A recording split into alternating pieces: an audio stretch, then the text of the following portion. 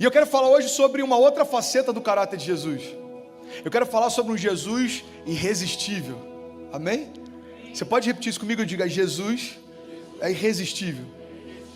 Talvez a grande pergunta que o mundo faça é: se Jesus de fato é irresistível, por que a maior parte dos amigos que eu conheço não quer ir para a igreja? Você já se fez essa pergunta? Se Jesus ele é tão poderoso, se Jesus é tão incrível, se Jesus ele é tão amoroso, se Jesus ele é tão manso, se Jesus é tão, cara, sobrenatural, por que a maior parte dos meus amigos não tem interesse em ir para a igreja? Por um princípio simples: nem sempre a igreja que eles conheceram parece com Jesus que professamos. Sabe, eu vi algo uma vez que me marcou para sempre. Eu não lembro se foi o John Stott que disse, mas a frase é basicamente a seguinte: o motivo pelo qual o nosso evangelismo fracassa muitas vezes é porque não parecemos com Cristo que professamos. Mas existe algo nessa equação que tem que mudar. Presta atenção nisso em nome de Jesus.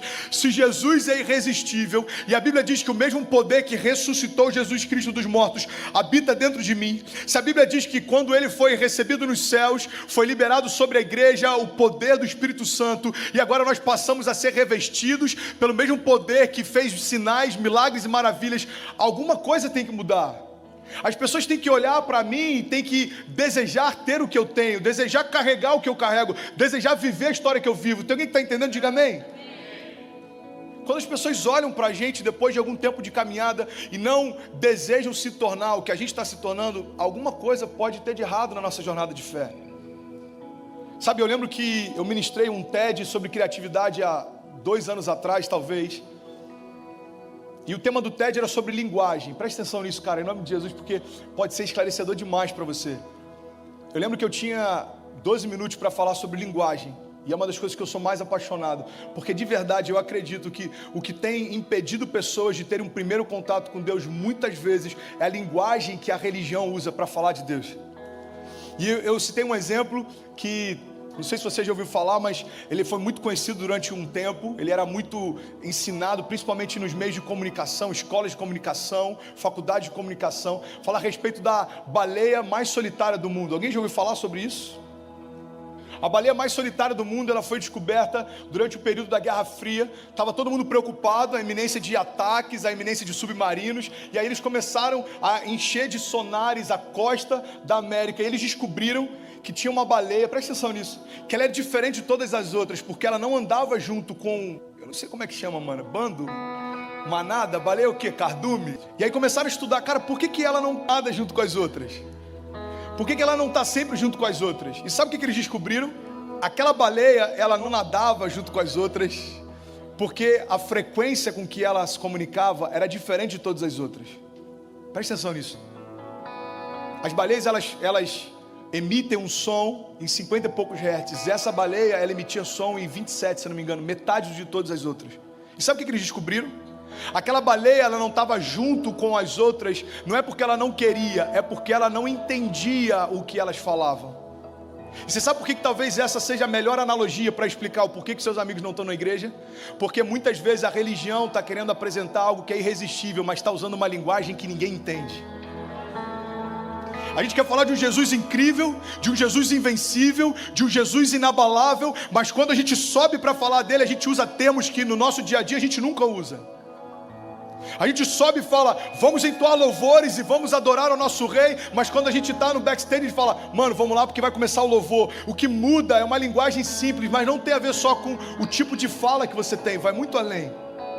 A linguagem que conecta Jesus com o pecador, Jesus com a criação, não tem a ver só com as gírias que você usa ou com a língua nativa que você tem, mas tem a ver com a linguagem do céu que você carrega. Você está comigo? Presta atenção nisso em nome de Jesus. Uma das coisas que mais tem sido falado nesse novo tempo da igreja, nessa nova igreja, nessa geração que tem pregado o evangelho de graça incrível, é que Jesus, se for apresentado da forma certa, ele é irresistível. Uma das coisas que eu mais tenho feito, Thales, um exercício meu, cara, é todas as vezes que eu vou ministrar, eu me esvazio hoje de toda expectativa em relação ao que eu vou fazer, porque eu só sei de uma coisa, cara, quando eu subir para pregar, eu só não vou atrapalhar Jesus, mano, o resto é com ele. Eu não quero que a mensagem aponte para mim, eu não quero vomitar minha alma para você, eu não quero ficar falando de ideias, eu não quero ficar falando de razões, eu não quero ficar falando de ideologias, não. Eu vim aqui só para te dizer uma coisa, cara, Jesus é irresistível e quando a gente apresentar Ele do jeito certo, qualquer pessoa que caminhar junto com você vai desejar ter o que você tem. A gente só precisa adaptar a linguagem, presta atenção nisso em nome de Jesus.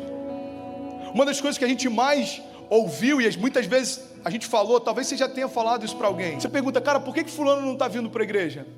Por que, sei lá, o teu primo não está na igreja? Por que a tua família não vem para a igreja? E a gente muitas vezes tenta justificar, falando, cara, sabe como é que é, né, mano? Pecado.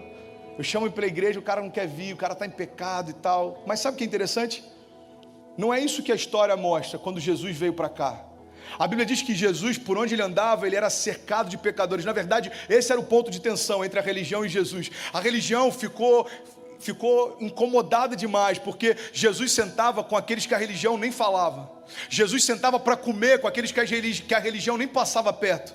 E a religião começa a falar, olha, esse não pode ser o Messias, porque ele se senta próximo de pecadores, ele se senta junto com prostitutas, ele se senta junto de cobrador de impostos. A loucura que Jesus apresentou, a revolução da graça que Jesus apresentou, é que ele andava justamente com quem a religião rejeitava. E sabe o que eu aprendo com isso? Presta atenção nisso em nome de Jesus, cara. Os pecadores nunca tiveram problema com Jesus. Na verdade, o problema dos pecadores sempre foi com a hipocrisia da religião. A gente tenta imputar para eles um problema que na verdade é nosso. Porque se eu nasci de novo e se eu carrego a própria vida de Deus dentro de mim, irmão, qualquer dificuldade de quem caminha junto comigo em desejar ter o que eu tenho, é porque eu não estou expressando o que eu vivo, eu não estou manifestando o que eu vivo. Jesus, ele começa a andar, pecadores querem estar perto dele, prostitutas querem estar perto dele, começa uma revolução. A Bíblia vai falando a respeito disso. Em alguns momentos Jesus parava para ministrar no meio do monte e tinha multidões que se assentavam para ouvi-lo falar. Você consegue imaginar 5.000 pessoas no meio do deserto ouvindo um cara falar? Eu imagino que eles se sentavam em rodas, cara, e alguém ficava falando e um interlocutor ficava passando para trás e o outro passando para trás. Eles ficavam debaixo de sol, sem comer, eles ficavam passando por todo tipo de circunstância, mas eles desejavam estar ali, porque o que Jesus falava eles nunca tinham ouvido de ninguém. A graça que fluía com o que Jesus falava eles nunca tinham experimentado em ninguém. Sabe, tem uma passagem que eu sou apaixonado por ela, fala que os religiosos mandaram alguns soldados prender Jesus e daqui a pouco os soldados voltam, sem Jesus. E aí, quando eles retornam, eles perguntam, cara, cadê Jesus? A gente não mandou que vocês fossem prendê-lo? Aí os soldados respondem, cara, a gente nunca ouviu ninguém falar como esse homem fala. A Bíblia diz que quando os soldados foram prender Jesus e viram como Jesus era, experimentaram a graça que fluía dele, eles não conseguiram prender porque era tão suave o que saía de Jesus. Como que eu vou prender alguém que me atrai? Como que eu vou tornar cativo alguém que quando fala, tudo dentro de mim se acalma? Como que eu vou prender alguém que quando libera uma palavra, tempestade dentro de mim pela primeira vez cessou? Sabe, o que Jesus manifestou era a linguagem do céu que até então a religião nunca conseguiu manifestar. Jesus fala o que todo mundo falava. Jesus ministra usando a mesma base bíblica que todos os religiosos usavam, mas com ele era diferente. A Bíblia chega ao ponto de dizer que Jesus falava como quem tinha autoridade. Qual que era a diferença? A diferença é que Jesus ia na sinagoga, nos templos, nas reuniões, e ele usava os mesmos textos, mas quando saía da boca dele era diferente. Talvez alguns aqui possam falar, pastor, mas isso é porque ele era Jesus. Não, cara, não é só porque ele era Jesus. É porque a verdade que ele carregava caminhava à altura do discurso que ele tinha. A gente não precisa amplificar mais o nosso discurso. A gente só precisa alinhar mais a nossa vivência. Quando aquilo que a gente faz for mais próximo e parecido com aquilo que a gente diz, os nossos amigos desejarão ter o que a gente tem.